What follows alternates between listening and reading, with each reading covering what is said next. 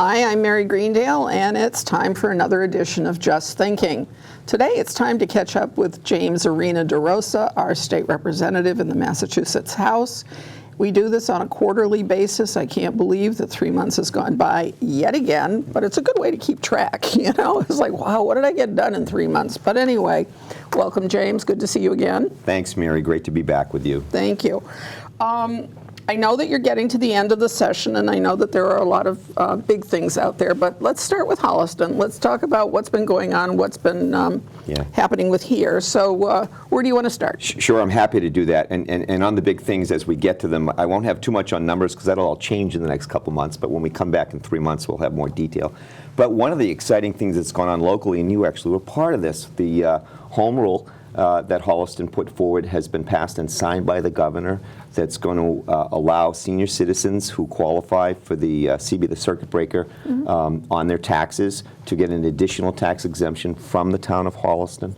My understanding is that every year the select board will decide a rate. I don't know if that's been determined this year. Probably not, because there was no need to. Yeah, but I think that applications will be available June 17th, have to be back to the assessors on September 3rd, but anybody who qualifies, if it was part of your taxes that you filed for the circuit breaker, you're eligible for that additional amount from the town, which I think is a great thing. It's towns deciding on their own whether they want to do things. We'll also have a little fact sheet when we have all the detail that people can certainly contact my office, but they should also contact the assessors in town hall. Yeah, I was going to say, I think that Kevin Rudden, who's our principal assessor, meaning that he is the staff person at the office, said that he would be doing an article in Holliston Reporter. Great. And he has done something on Facebook already that was in response to a question. And I suspect there'll be a Q&A kind of thing on the assessor's website. But anybody who has any questions can call the assessor's office. So. Great. No, that's fabulous. And we'll do the same thing. We'll refer people if there's not something easily accessible. We'll just repeat one thing, and that is if you qualified for the circuit breaker on your income taxes, so that if that is a program that's been established, it's been around for years and years and years, but at any rate, Holliston took the step in 2022 to say, if you qualify for that, you can automatically now qualify for this abatement process in Holliston. Yeah. So you do want to get some information about that. Yeah, no, absolutely, and it's been signed by the governor, so it's in play for now for the coming tax year. Yep. The other is, and it relates to, I know you wanted to talk a little bit about housing, so I don't know if we want to jump into the local stuff or just fold it into the conversation that we have. Let's do local first. Yeah, that's fine. So it's interesting, you know, there's a large debate in Massachusetts about not having enough housing. And one of the issues that was raised by our local housing authorities, almost every town that I talk to, is that the way some of the CHAMP system is set up, it makes it very difficult. There's no more local preference. And I understand that at one point in time there was too much local control, and you know, there was advocates said, gee, you know, public housing should be for everybody, and I agree with that. It should be, and people should have a choice somewhere to go, and I agree with that as well. But then we ended up with a system where people were making 400 choices on their application. It was plugging up the system. And the reality is that everyone, no matter who they are, when they decide where they're going to live, they in part think about my community, my family, my networks, my doctors, my grocery stores. You know, we all kind of were drawn to the networks that we've been associated with. Now there are some people they'll live anywhere, and good for them. They may go two hours away, but what the system has shown over time is that when people get asked, you know, do you want to go to this place that's an hour and a half away, to Lowell, to the Cape, to Westerman, they're like, I'm not doing that. And so there was an ask by the housing authority directors, and I met with Haley Fetro, she runs Hopkinton, but she's actually on our housing authority here in Holliston, which is nice. She's got great perspective. But also I met with the other directors as well in other towns or authority members, and they said, gee, can we change this system? It's plugging up our application process. It's costing us so many hours of time and lots of dollars, and not being very effective. So I met with the housing secretary. I'm sure I wasn't the only one saying this and asking for this, but they actually implemented some significant changes to the system. They're not permanent yet, so that's part of what we're also asking. We actually had the housing secretary here in Holliston this past week. I don't know when this is going to show, but it was in late May. And I, by design, had our local authority members present because I wanted to make sure that public housing was part of the discussion. We also got into the larger issue of housing in Massachusetts, which we can jump into. But for me, it was a nice little step. that getting a secretariat to listen to local input and actually responding to it. And part of the feedback that he got in that meeting was the local authorities were really happy that they're being listened to. Can we continue? Can we make these changes permanent? So slowly but surely on a few things anyway. When Holliston, this housing authority, just for the public, it relates to Cole Court and to a few units that we have up at Cutler. That is the housing that is considered public housing. So when we built Cole Court, there were an additional 48 units that were planned and engineered for and so forth. And I've wondered, is there any talk about new money for public housing in any of these bills and so forth? Because if there is, it might be worth going back and saying, gee, we've got this plan. Now, maybe it won't work anymore. Maybe things have changed, but nothing much has been built back there. I mean, the land is still there. It would be interesting to see whether it would be possible to add on. We've underinvested for a long time, not just everywhere. Everywhere. And it's a challenge. I know that one of the issues that has come up also is that a lot of the units are in disrepair. So you had units sitting vacant because there hadn't been money to upgrade them. I mean, if you looked at the dollars, it would take like 10 years for some housing authorities to upgrade every unit just to make them livable.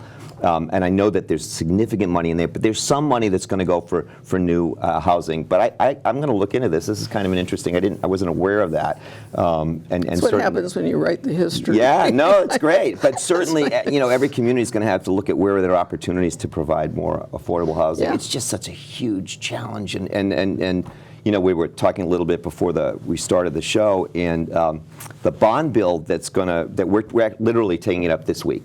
I'm confident that we will pass a bond bill in the House. I'm sure it'll pass in the Senate, and something will emerge. We'll talk in 3 months about what the dollars look like. But in addition to the money that may go for repairs and for rental assistance and for support and for new housing, I think also there will be some significant policy directives that will be included in that. I mean, it remains to be seen what may or may not be in there. But I think accessory dwelling units would be really important for us to pass. I certainly support that. On balance, an accessory dwelling unit, it's allowing people that own a house, if they've got a space within the home where that could be a sort of independent living unit. In most towns, you can't do that. You can't just make it living space. And there's two ways to do it. One way is to just say, if you're not going to upset the footprint by right, we're just going to allow people to do it.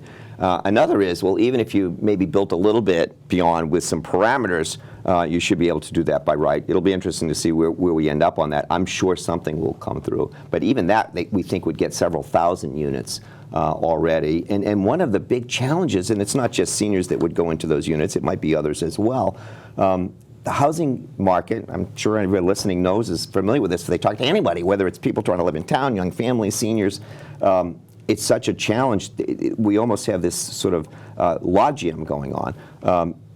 In earlier times, when people got to the point where they were ready to downsize, maybe they had kids, maybe they didn't, but they moved out, or maybe they're by themselves, whatever, they could sell their house, buy something maybe a little bit smaller, and then bank a fair amount of money and live comfortably and still stay in the community that they'd like to stay connected to.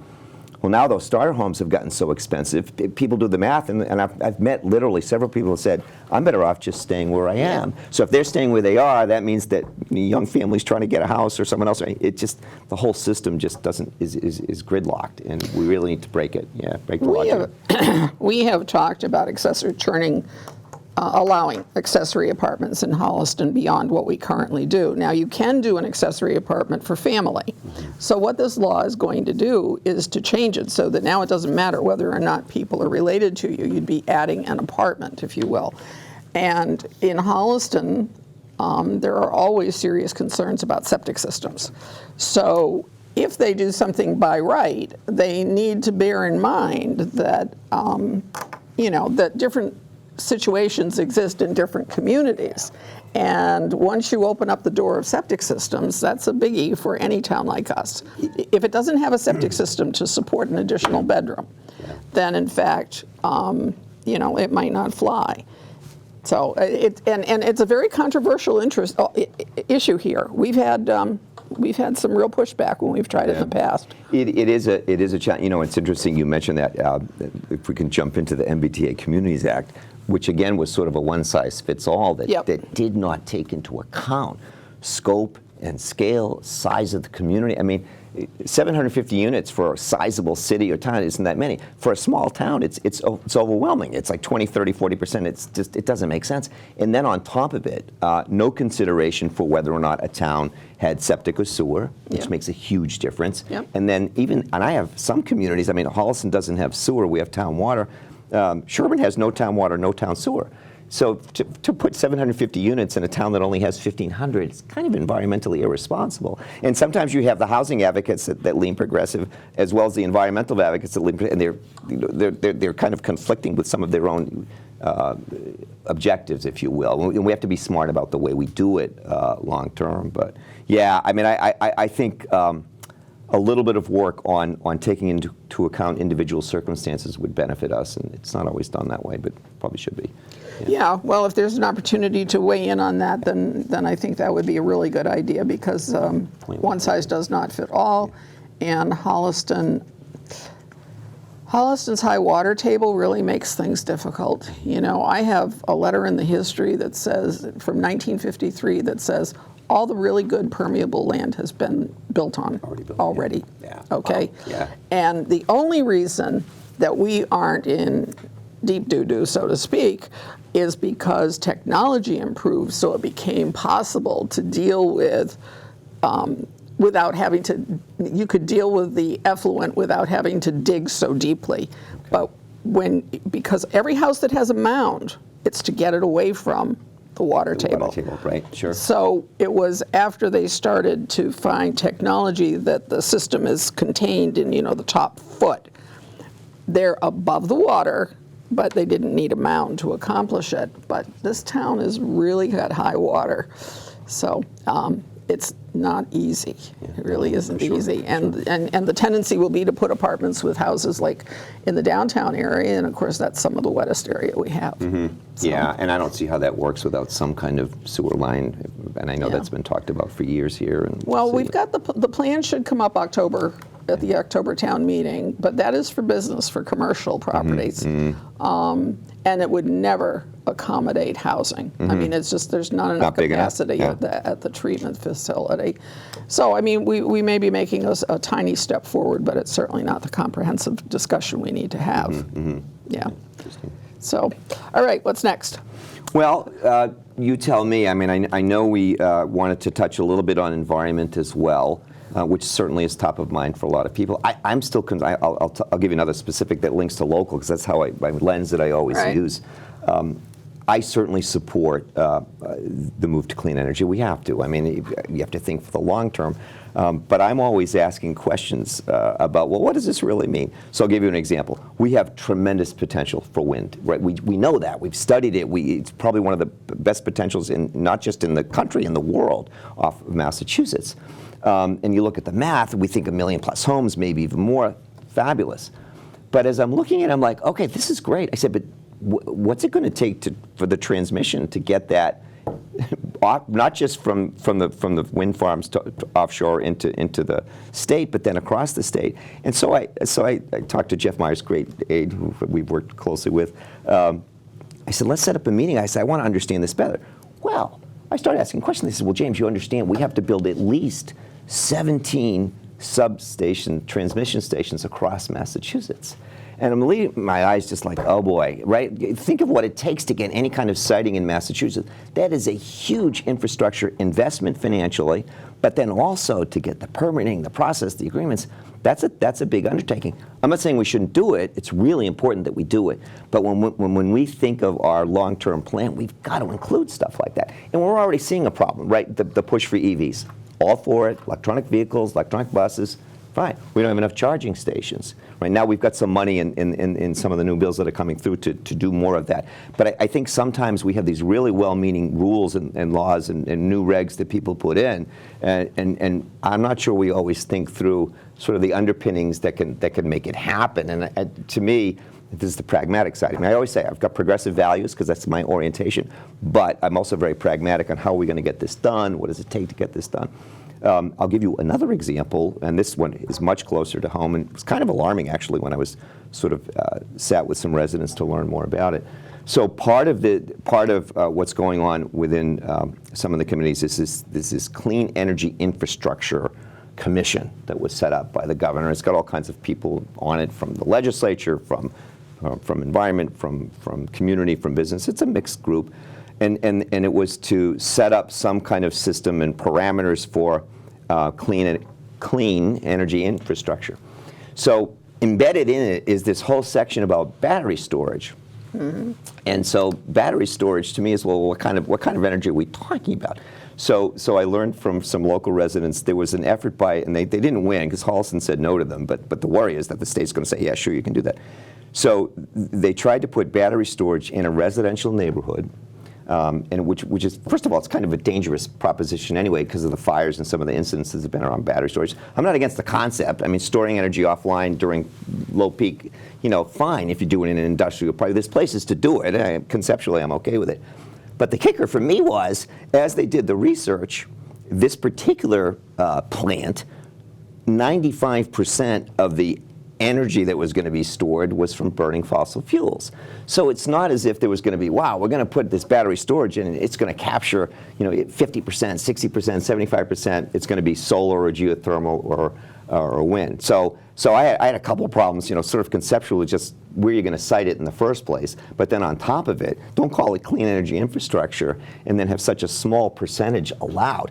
And now it's still being debated. So I actually have talked with the chair about this, and I said, look, if we're going to do this, I said we've got to sort of think through what counts as clean energy storage. It's not just storing energy, but so. But is it storing bad energy, dirty energy, so that for a purpose? I mean, is well, it no, to I mean, it's still, yeah, relieves there's still some value to storing energy off peak and then putting it back into the system. That's why I'm not against the concept. Right. I don't like the state saying, well, there's going to be no local. This is my issue with the chair, and I think we're okay. We'll have to find out where it goes. My issue is not to necessarily be against it, but that local authorities should still have some control on where these places get sited, and I don't think they should be put in residential neighborhoods without any kind of say by local authorities. And I think sometimes the state has done that. They put in blanket rules without taking into account local voice, if you will. I mean, and I know there's always balance in those things. Yeah, no, they do. And where they were citing it, of course, was just on Central Street behind the church. Behind the church. And it was an odd location, but obviously it was a piece of property that had some potential, let's say, and there it goes. But right. So while we're talking about land, let's talk about the Holliston Highland Farm on Highland Street. Yes. The agricultural preservation restriction. That farm has now been for sale for a few years. Yeah, we haven't gone anywhere. So you met with MDR. I did, and have we gone anywhere? I'm not sure. I mean, you and I had a good meeting just to understand the background. It's gone on for years, and for everyone out there. To Holliston's credit, it was one of the first programs in the state to protect agricultural land, which was fabulous. Of course, then the state learned, and we all learned that maybe there should be more parameters that were put in. So that's the downside to it. So what I met with MDR to ask a few things. One is, and I made it clear to Travis and others in town. It's like, look, I'm not telling Holliston what to do, but I want to find out what the options might be. And one of the options, and I talked with the Farm Bureau about this. Is there any possibility of saying, okay, there's 150, I don't know the exact acreage, but it's pretty close to that. Can we let them have 5 acres to build on, so that if you take that plus the amount of money that a farmer is willing to give for most of that acreage, the sellers will get their price, and then the farmer who wants to actually farm the land will get 95% of the farmland. And what MDR has said is they are not ready at this point to give up on the concept of the sellers bringing down their price to meet a farmer's need. Now, I'm not sure that's going to happen from what I've been hearing, and my understanding is there's an intermediate buyer who wants to buy and then lease, and on the one hand, that still protects the land, and I think that's why MDR has said, for now, if I filed legislation, which I'm willing to do it if Holliston wanted me to and willing to work on it, they would recommend that the governor veto it, because they said, even if we do nothing for now, it's still, the land is, the whole property is protected. We're not giving up any of it. So they don't want to give up the 5 acres for protecting the 140 plus whatever.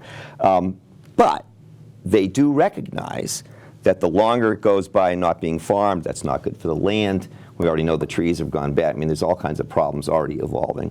One of my issues with where MDAR stands, and I mentioned this, I said, here's the challenge, and I've been part of a farming family, and I know a little bit, but I'm not an expert in all these details. But I know that when farmers have land that is theirs, they will invest in it. And if you're leasing it, whether it's a 1-year lease or 3 or 5 year lease, there's always that, well, you're going to lose it to somebody else. So that's going to inhibit your willingness to do whatever, whether it's fencing, whether it's irrigation, anything that needs to happen. Those are all dollars that if a farmer is on the land and it's their land, they're going to be more willing to do that. So my hope is still that we can get to a point where an actual farmer will be the one that owns the land or maybe part of it. And one of the things that I want to explore is, I don't know how much land the farmer or farmers, I guess there's been a couple that have been interested, need to make it viable for them. But maybe there's a way to cobble together something. What if you had 2 buyers? I don't know. I mean, one of the things that I did broach to MDAR was the opportunity would be to rewrite the APR, and that would then protect it forever in a way that's stronger, as we've learned some things over the years. So it was a good meeting. They understand that it's a challenge, and I think they have some frustration. But I think they're giving the owners a little more leeway. I know. So it was only my first go around with them. So I said, well, we'll see. But the value of the land goes up as it sits there, Right. But not necessarily the agricultural value. And that's the rub. And that's right. The retail market value is rising. That's right. But this is dropping. So the gap that we have to make up is even worse. It gets higher and higher. And the perception, and I understand they have real estate developers in Florida that are selling the land. Fine. So the perception is they're sitting on this extremely valuable developable land, but that's not really true. It's just not. It's protected. So I think that's the pushback. I mean, they've come down considerably from where they started, and I think MDAR just wants to get them to a point where, look, we understand it's got some value, but it's ag land that's value. So we'll see. Keep asking me about it because I'm not gonna give up on it. But drive by right now, and the grass, the hay and everything else like that is up to knee high. Well, one of my questions to them is, what are their obligations to actually make use of it? And they there are some, and so that's where it's going to get. The enforcement part might come through, and then they might say, MDAR might say, look, you have to do X, Y, Z. So we'll see. But, did you ask whether the town had any? I did. Okay. I did. Because they're 10% owners. Right. Part. They have some voice, but ultimately the state, through the governor, can just control what goes on. So I think they would listen if the town came up with a creative proposal. But it sounded like they didn't want a creative proposal that was going to take any of the land out of development and out of ag land. And I just said, gee, though, you're still. To me, it would still be worth taking a few percentage, a small part of it, if it meant we got it farming again. So we'll see. Especially considering that some of that land's really not well suited to farming. Out of 140 acres, not every acre is farmable. Right. So yeah, and I think to them is they feel like, well, it's protected, so why give up anything? But what they're not seeing is the value to a farmer. And there's this whole challenge in Massachusetts. We don't have enough young farmers. We don't have people who leave the land. Well, we had a young farmer that wanted that farm. I mentioned that. I mentioned that to them. Yes. Yeah, we had exactly what we all wanted. Right. In terms of protecting the farmland and farming it. Right. And yet, because there is no limitation on what the owner can do. Right. There's nothing under the old APRs that allows the state to say this is the maximum value. This is it. So we'll get there. So, but it's still a great program. I'm glad the state does it. We just have learned some things. No, it is a great program. But I was hoping that we would get a little farther. But anyway, okay. So economic development. Now, there's also some discussion. Do you have legislation that's plowing through now that has? There's a couple things. There's some major bond bills, again, from money that's going to be invested, and I can talk about a couple things. We're ready to reauthorize $1 billion in investments in life sciences. I mean, in Massachusetts, we, to the credit of the Patrick and Baker administrations, Massachusetts made some critical investments about 10 to 12 to 15 years ago that really have helped. We are in the lead in life sciences. We need to continue that. We need to sustain it. So I think a lot of that that's going to be reauthorized. Along with that, it's got blended in with up to $1 billion in climate tech. I mean, we know the green economy, if done right, is all kinds of jobs if we make the right investments. I don't know where the dollars are going to end up. That'll be something I'll be able to report on in 3 months. But one of the areas that I'm particularly interested in, right now we have the lead in life sciences. You and I are old enough to remember when we had the lead in high tech.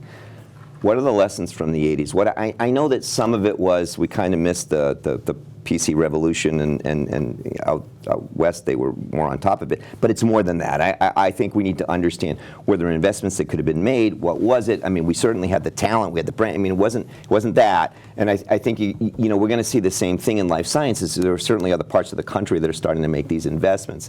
One of the things that I am trying to follow and track is that, in the early stages of life sciences, the jobs and the investments are around R&D, new breakthroughs, new medicines, new approaches, gene therapy, all these things.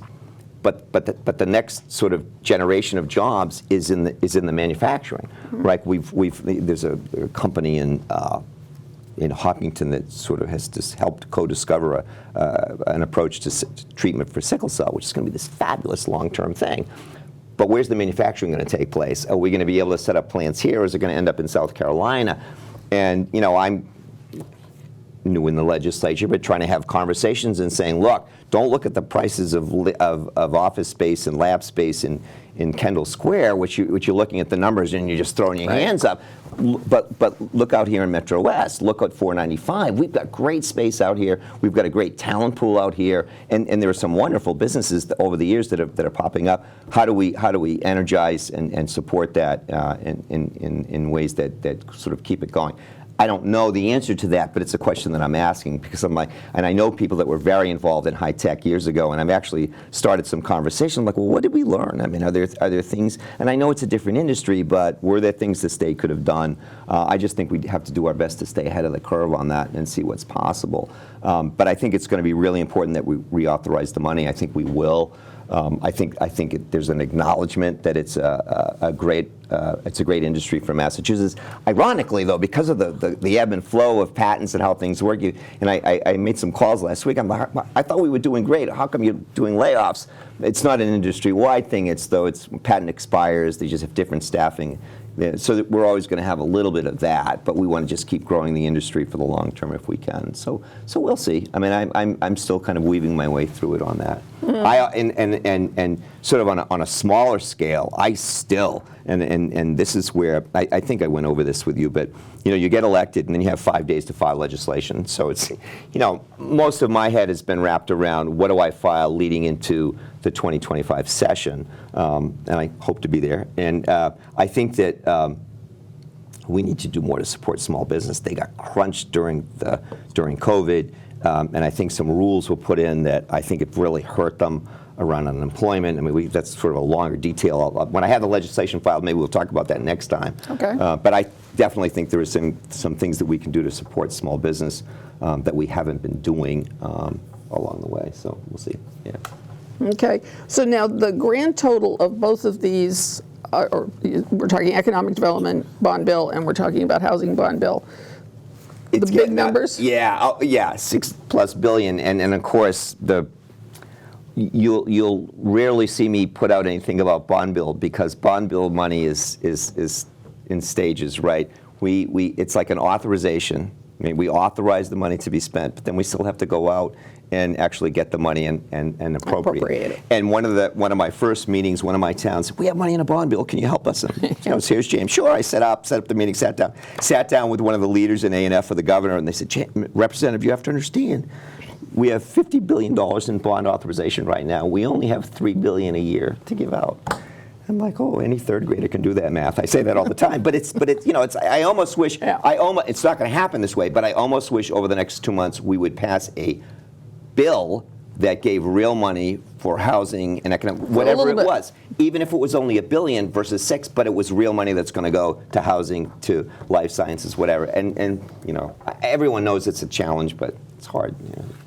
we'll see. All right, so do you have any closing words for us? No, this is great. Other than, people should always contact my office if they need any help. If we can post that, that'd be great. They can email me, james.arena-derosa@mahouse.gov, or call the office. We're there to help. If it's a local issue, we'll refer you to the right office. If it's congressional, we'll get you to the right people. If it's state, we'll do the best we can to navigate. I'm always happy to do that. It's an important part of the job. I enjoy doing it, and we're here to serve the public as best we can. So, and thank you again for your time. I always enjoy talking to you. You too. All right, thank you. We'll catch you the next time around. Okay, folks, that's it. That's a wrap. We'll catch you on the other side of whatever. Take care.